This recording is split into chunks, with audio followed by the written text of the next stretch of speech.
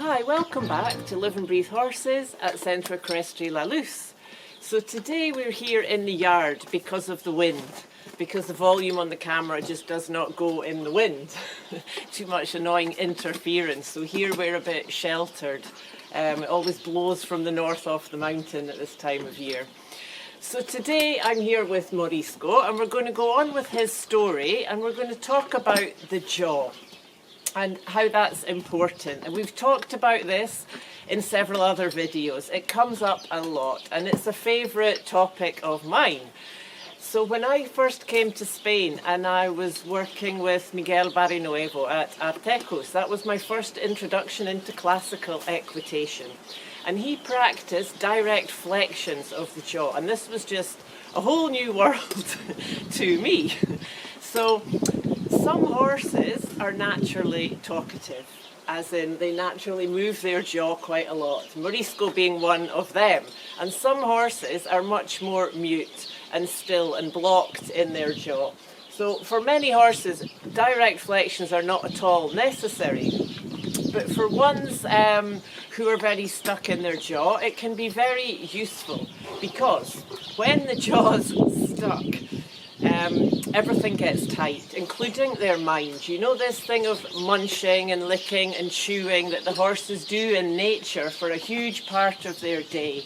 So when the jaw is soft and relaxed and moving, the horse is much more at ease and in a better state of being, and we can be much more in harmony with that more easily.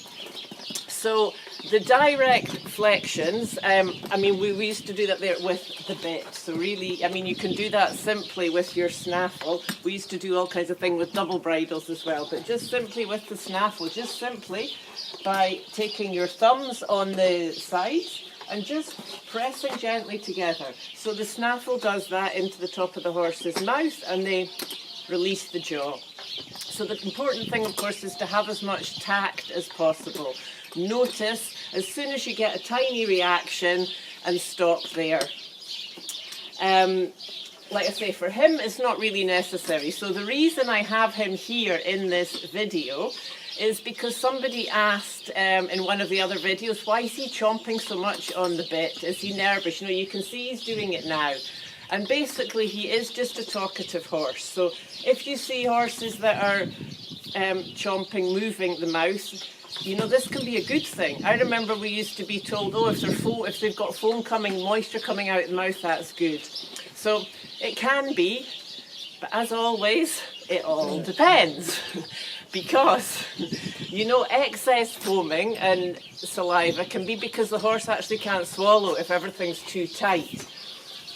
And in his case, like I say, he is a talkative horse, so the important thing is to also look at his expression. If his expression's relaxed and he's just moving the bit in his mouth, that's lovely. He can also get very tense. When he was young and he was still a stallion, I was going through, and he was a very strong-minded, independent guy, and I was going through a rather challenging personal phase in my own life. So that combination created a lot of tension. I learned a lot along the way. I would love to be able to go back and redo all that, but that's not possible. So this is also the beauty of our horsemanship, is that it brings honesty and humility. There's no denying what's there, and I put that into him. So I am working all the time now on repairing that, really paying more attention to the expression. Now I'm in a much better place. I can do that with more joy and relaxation and less pressure, and not having so much expectations for things. Now I'm a bit older as well. I'm not so driven and wanting things to happen. So that's a bit the direct flexions. If you want to play around with that, it's really quite fun. You're not going to do any harm as long as you're careful, and you can do it with any kind of bit. We spoke about this the other day. If you're not using a bit, then it's to see how you can make sure your horse's jaw is relaxed. That affects the horse's back a lot. I'll mention this again because we can't talk about the jaw without talking about the back. So if you tense your jaw and feel all that tension down your back, and it's very interesting, you know, I love to observe horses and riders, and when you see horses with the reins tight and pressure and pulling and often, you know, down on the forehand behind the vertical, and you usually see the rider also has their jaw set, you know, and then we set that against each other. So it starts with us. You know, do some exercises and release your own jaw before you expect your horse to release his. And yeah, where was I going with that? So sorry, the back. So when we tighten our jaw, that tightness goes all the way down through our back. And of course the same happens for the horse. So if your horse has a tight jaw, you're going to sit on him and his jaw's tight, his back gets tight, you get on, the movements are going to be tense, so it's harder to sit and move with your horse. Then you get uncomfortable, that makes him even more uncomfortable, and you get a vicious circle of things just getting worse. So, God, now the wind's come round here. I hope we're not going to get too much wind noise. So anyway, really pay attention to that. It's a very important point. So the other side of flexions of the jaw is indirect flexions. So the jaw is linked to the pelvis. And this is a point we've talked about in the rider, talking about sitting to the trot. You know, if we want our pelvis to be free and move with the horse, then we need to start with freeing our jaw. And if we relax our jaw, we relax our pelvis. And this, I actually learned this connection first with the horse.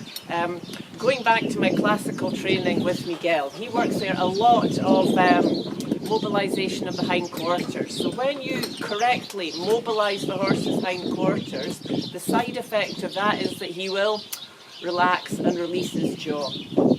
So that's a wonderful exercise, and that gives you a great benchmark to see how well that work is going.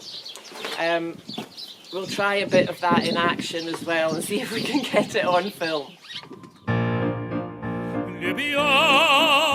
Libiamo negli eti calici che la bellezza infiora e la fuggevol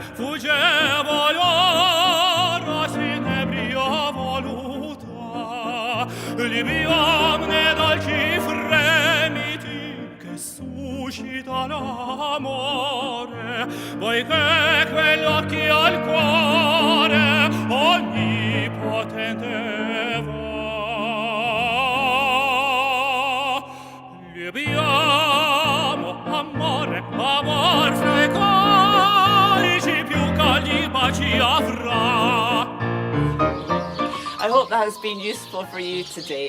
If you've got any questions about that or experiences of your own about flexions of the jaw, you know, the other thing, of course, as we spoke about the other day in the bitless video, that anything we're doing with the reins and the bit is very much about the feel in our hands, our equestrian tact, and the intention behind the feel in the hands from our heart, where we're coming from with our work. So thank you for being here with us today. I hope we're even in shot, because Alba's unfortunately not here to film at the moment, so we're on a bit of a DIY project. So thank you for putting up with the lack of quality in the video compared to our usual creations. Yes, let's have a chat about the jaw. Thank you. We'll look forward to seeing you next time.